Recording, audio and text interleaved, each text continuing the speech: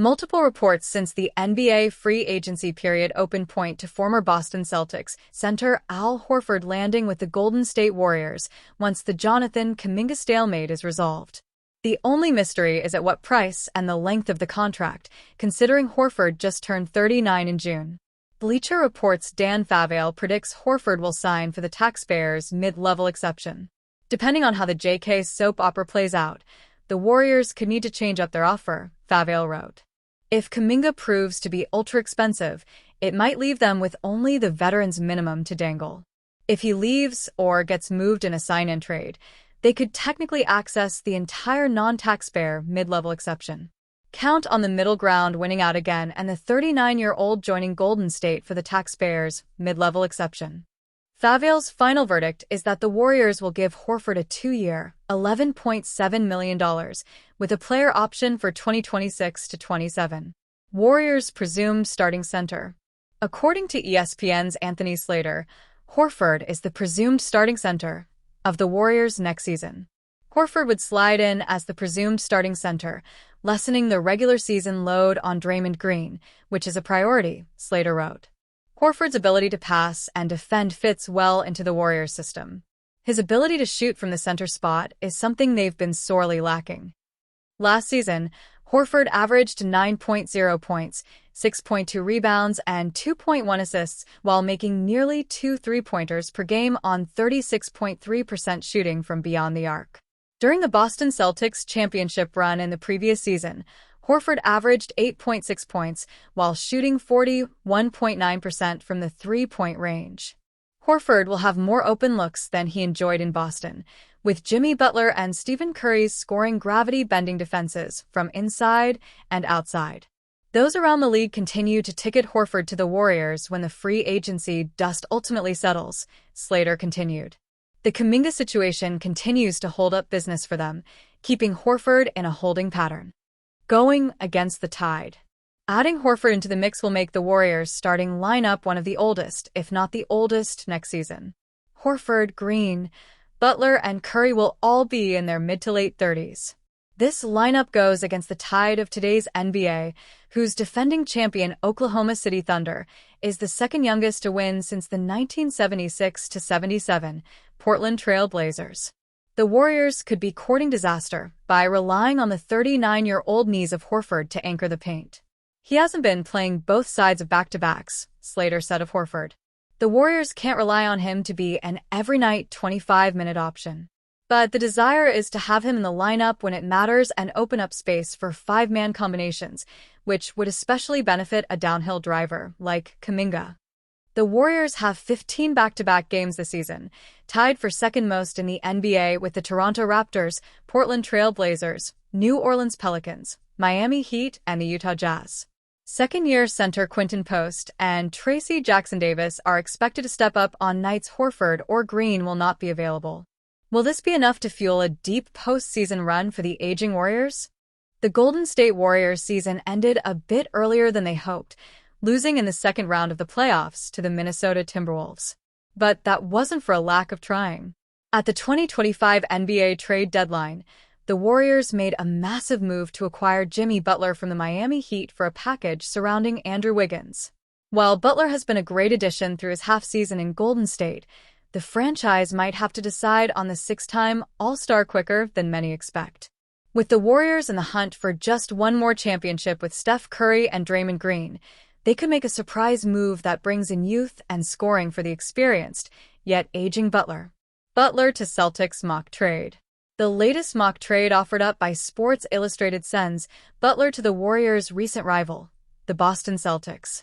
In exchange, Golden State would get back two players who are currently performing at the highest level of their careers.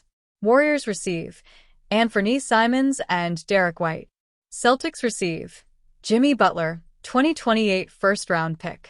In this deal, the Warriors decide to get younger and sell high on Butler. Butler will turn 36 during the season. Steph Curry is 37, and Draymond Green is currently 35, Ryan Shea wrote on a potential Butler trade. Anthony Simons, as he is only 26, looks to be the point guard of the future for the Warriors after Steph retires, and Derek White, at the age of 31, brings plenty of competitiveness for both the short and long term. Sending Butler to the Celtics would mean Golden State doesn't believe he, alongside Curry and Green, is a title-worthy combo. The team went 23-7 once Butler joined the roster, but as seen once Curry was injured in the postseason, the Warriors sputtered out against Minnesota. However, the trade makes much more sense for Boston, hoping to land a Jason Tatum replacement for next season. By acquiring Jimmy Butler, they do just that, he added. Jimmy Butler is a veteran and six-time All-Star who brings plenty of experience and will fit right into the Celtics culture. But even sending both Simons and White away for Butler could be too high an asking price, especially for a Celtics team in flux. The odds of a deal like this going through are low, as all indications say Golden State feels encouraged to keep Butler in the final years of the Curry era, especially after the haul they sent out to get him. Warriors offseason. While a Butler trade to the Celtics remains unlikely, it would no doubt be the first big move made by the Warriors all summer. With the front office and Jonathan Kuminga still in a standstill, Golden State is the only team in the NBA yet to resign or add any players this summer. Once the Kuminga situation is sorted out, they expect to sign Al Horford, DeAnthony Melton, and Gary Payton too, but there is no word on when that might happen.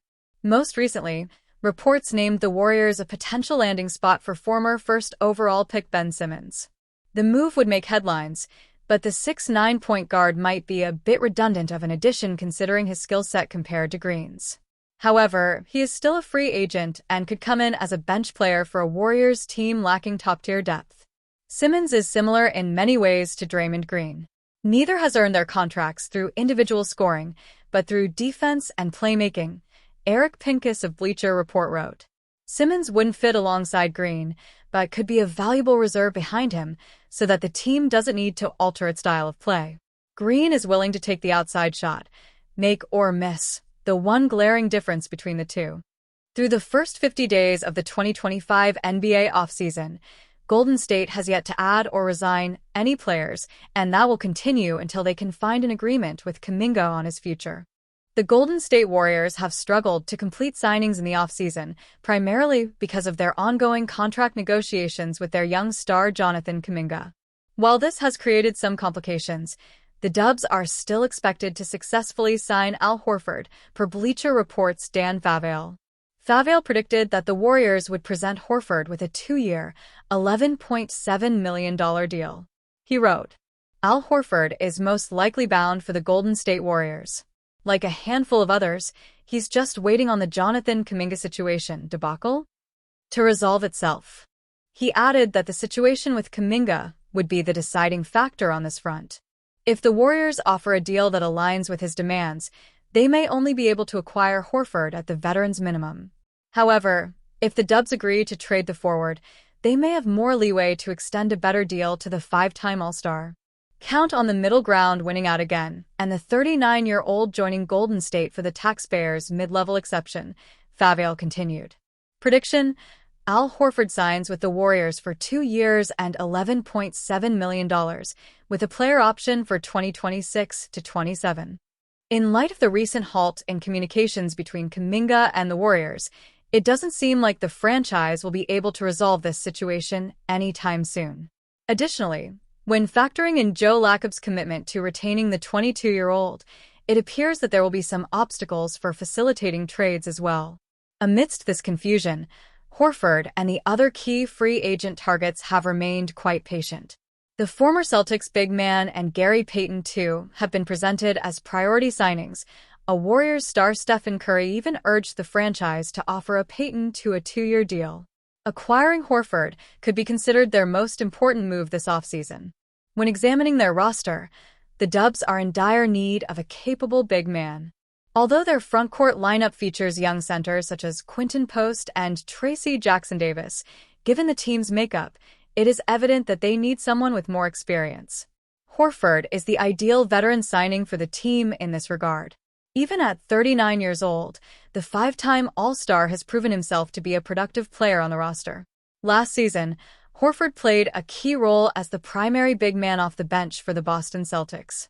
During the regular season, He recorded an average of 9.0 points, 6.2 rebounds, and 0.9 blocks per game, while shooting 42.3% from the field and 36.3% from three-point range. Horford's versatile offensive skills, high basketball IQ, and defensive ability make him an extremely competent presence on the floor. While presenting himself as a solid rebounding presence to shore up the Warriors' efforts on the glass, he is also a capable floor-spacing big man, which would allow players such as Jimmy Butler and Stephen Curry to attack the basket more effectively. On the defensive end, Horford would be the ideal partner for Draymond Green. The 39-year-old often leverages his experience and tactical intellect to overcome the differences in athletic ability. Although his rim protection skills may not be on par with some of the other big men in the league, he is still an extremely savvy defender. Additionally, the big man is also a former NBA champion. This experience will prove to be crucial as the Dubs hope to mount a title charge this upcoming season. There appears to be a verbal agreement in place between the Warriors and Horford, which is reassuring in light of the Kuminga off-season saga. While acquiring the 39-year-old would undoubtedly address their biggest concerns, the Dubs would need to manage his workload in the regular season. Horford played in 60 regular season games last season while averaging 27.7 minutes per game. When considering how much more demanding the Warriors' motion offense is, it is unlikely that the veteran will be able to sustain his performance over the course of the season. The Dubs could approach this in two ways. They could choose to make more signings in order to support the five-time All-Star, or they could have him play the role of a mentor to hasten the development of players such as Post and Jackson Davis. Acquiring Horford is only one of the many steps in the Warriors' off-season plans. With the need to improve their roster strength dramatically, the Dubs need to begin by resolving the Kuminga situation as soon as possible.